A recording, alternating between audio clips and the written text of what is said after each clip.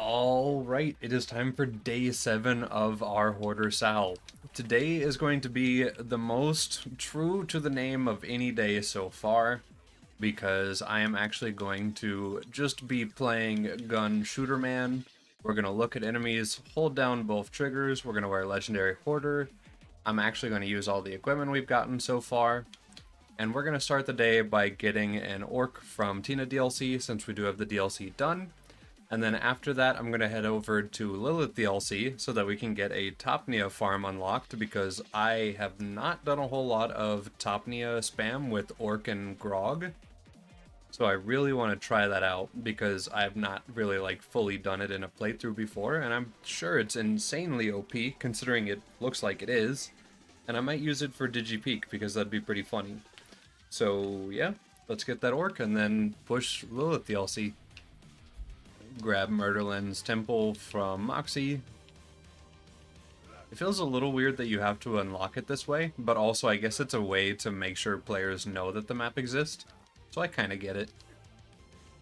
This has got to be one of my least favorite maps in the entire game. Just the amount of random traps and spawners and more traps and then more spiky things. More of the floor in this arena is hazard than just a safe floor. If everything was active at the same time, it would be a nightmare. I am not a big fan of its design. And then also the mix of enemies is a little bit awkward, but not as bad as the environment itself.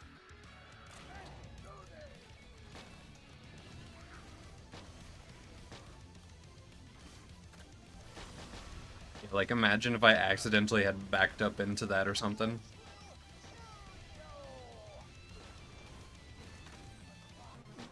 This Herald is 9 levels underleveled, by the way.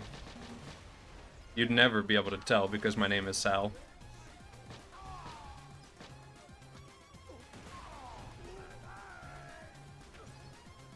He's just on a different level of absurdity from every other character in this game. No other character has this amount of sustained DPS. Maybe Sniper Zero, but even Sniper Zero has to try to live. You know?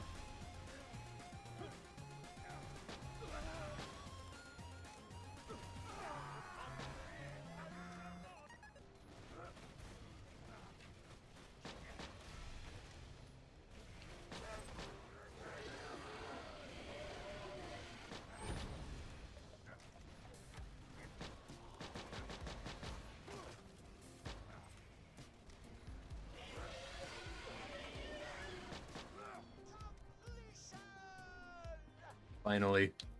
Alright, cool. It is done. We are free from Murderlands. I don't have to do it anymore. All I want is a slag orc. I don't care what else it rolls. I don't care if it's matching grip or any other grip. I just need it to be slag. Slag Mollywon. You know what? Even better. Alright, cool. So now, theoretically, we can just constantly be doing this with our offhand for the funny. That being said, I probably won't be doing this the whole time because this is actually kind of goofy feeling. But it's possible. We can do it. Maybe I should get a new Herald too. It is a little underleveled now. I think it's about 10 levels under.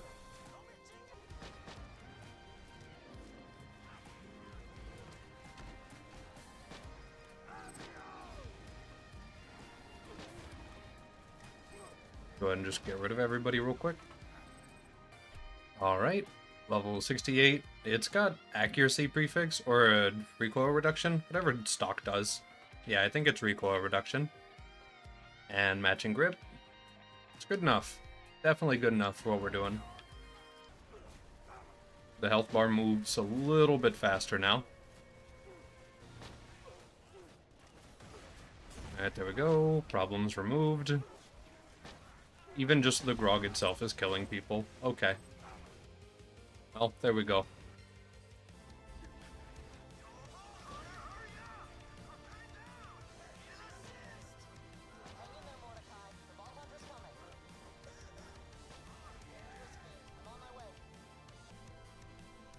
Hello, big dog.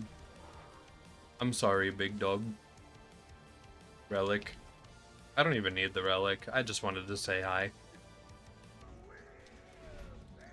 Alright, Uranus.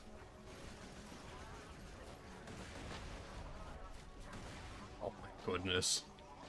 Drunk effect moment.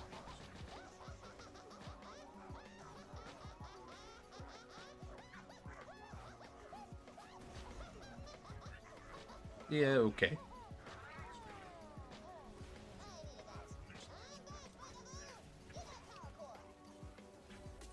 Legendary Berserker.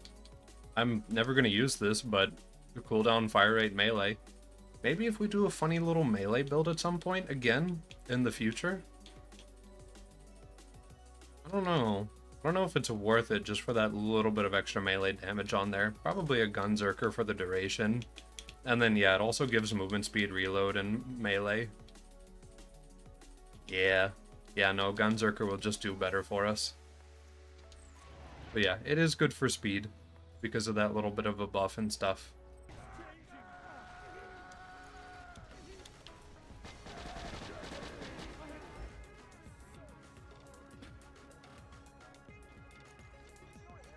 He has become ceiling decor because of that. Okay. Alright. Grenade, by the way. Okay. You know what? Salvador has some of the highest damage potential with grenades in the game, considering he can double nade damage and then also get an extra, like, 25% if I had this fully maxed out, which would become technically 50%, considering the fact that I'm throwing 2 for the price of 1.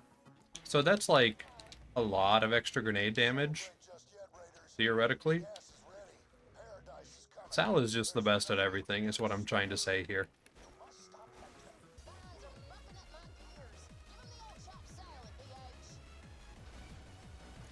Grenades, go.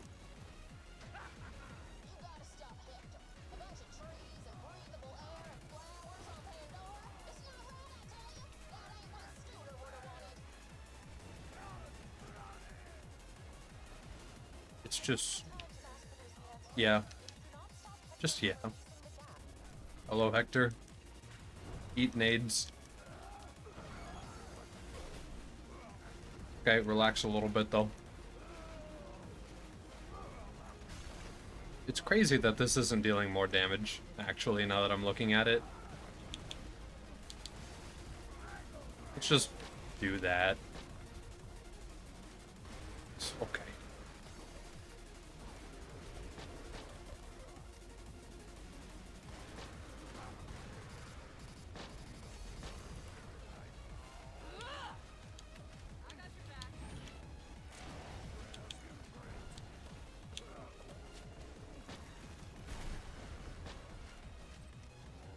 You know what? Maybe the second best weapon is not Lady Fist. Maybe it's just Orc.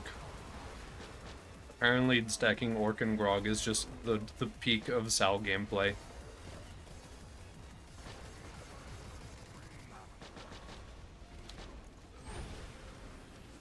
There we go. Alright. There we go. Got a mouthwash.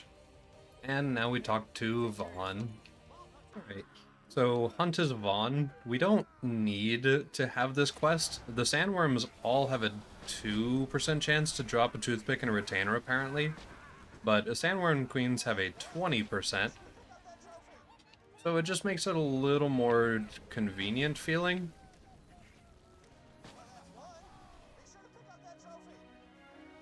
Yeah, there we go. Alright, so toothpick and retainer.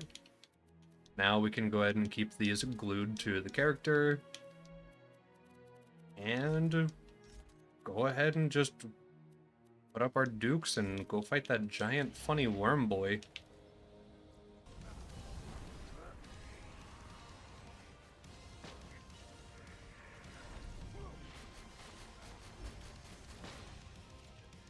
Oh, this is awkward.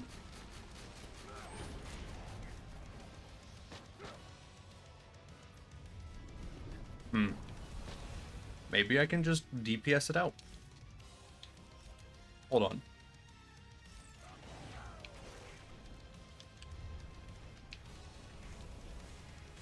Nope, I am not DPSing this out.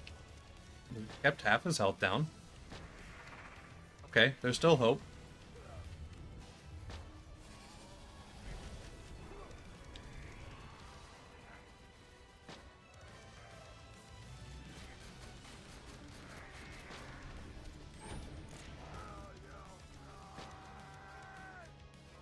There we go. The most awkward kill you've ever seen, and it still worked. Let's go. Also, yeah, I was totally taking advantage of the fact that you can offhand toothpick with a mouthwash on to, like, double main hand damage. And then using that with retainer to get some movement going so that we could just keep hopping around and goofing as we wanted. But it's fine. It's only a little bit cheap, and I didn't even use a B shield, so we take those. And to go ahead and move on from that to something I'm pretty sure everybody knows exists by now, there is a chest up there that always spawns with high rarity rockets in it. And so it is the #1 way to farm out Topnias. It is kind of absurd how good it is. So yeah, you just hop up here with Toothpick Retainer. You can do it without Toothpick or Retainer, and I think you can even grenade jump up here on Krieg, even though it's really, really bad from what I understand. But yeah, you just gotta get up here, and then, hey wow, look at that. A purple and an E-Tech immediately. So now we farm. 2 shock Topnias. You know, like, Alright, first off, no to that one. Second off, hello. Bandit swap speed? I could do a lot of work with just this alone, so maybe this is just what we do. So yeah, Topnia, Grog, Orc, put on Rough Rider, throw away the second retainer we have, and then I guess really I want a stockpile relic from here, so maybe we go farm out some loot midgets for a heart, I think is what gives stockpile. And then that should feel pretty darn good for everything else we do.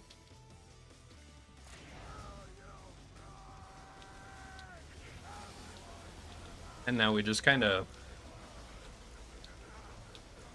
Yep. This is it. Welcome to greatness. This is what it looks like. I might honestly have to change how rocket launchers look on the screen to make it even smaller. Because it is smaller than a normal launcher, so it takes up less space, but it still is a lot of space taken up. This is so dumb. This is quite the video game.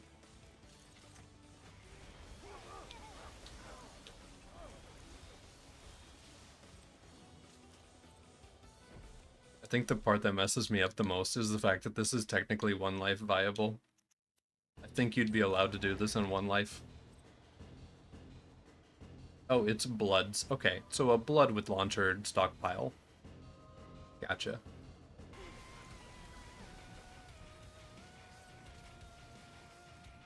Okay. Launcher ammo and max health, and that's it. That is totally fine. I think the only other way I'd want that is just to have pistol ammo on it as well. So, cool. There we go. Alright. Go ahead and finish out our rocket ammo.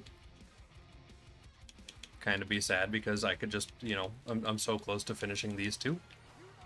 But I think we're going to try one more crack at Vora to just round out the day because we don't have time for a whole lot else.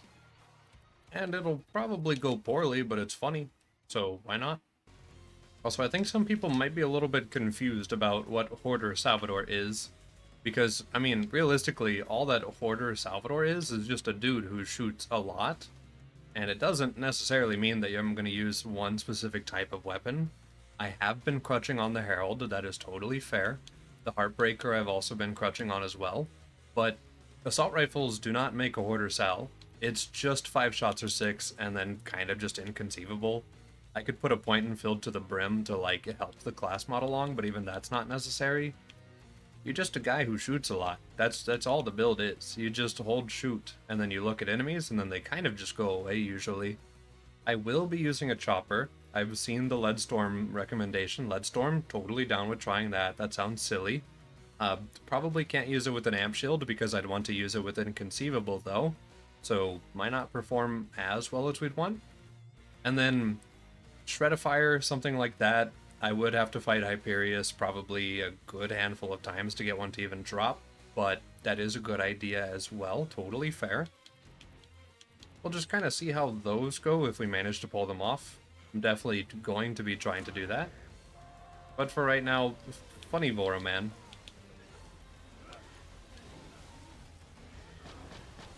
Oh my goodness. Get that shield out of here.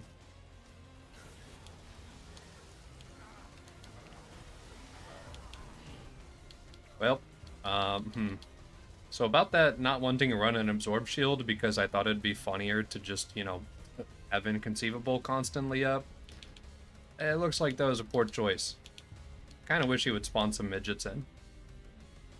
Okay, I don't have any good ways to maintain our ammo yet, so I'm gonna wait for midgets to spawn in before I start really going in blazing. So let's be respectful for a second. And also, where are... There they are. Alright, cool. We got mob spawns. So we'll just wait for him to trade shield back. We'll probably just kill Chief while he has the shield on, so that we don't have to fight in rage to shielded Vora. And then hopefully that'll just be good enough to just get the job done. I need you to calm down a little bit though, sir. You're getting a little too aggro.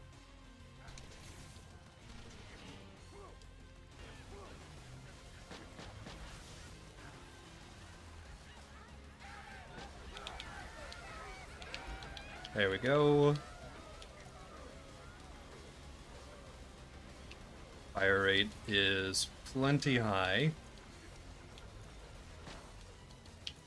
Yeah, okay. So this is not necessarily the best boss killer. I see why this is only really used in mobbing and I haven't seen it used elsewhere.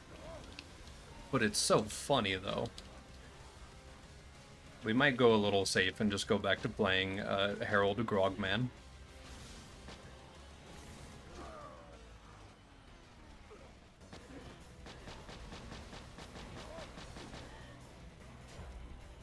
Oh. Well. Yeah, that can happen. That little bit of leeway that Healthgate gives isn't always going to get us there in the end. That's totally fine. Maybe we try this fight just completely legitimately the whole way through with normal standard practices. Just to see how it would go.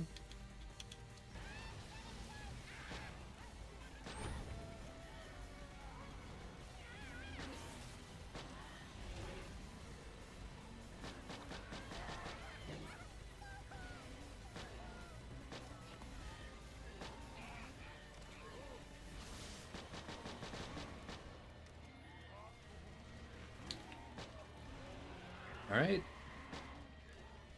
Vora with a lot of revives. And a quarter health bar.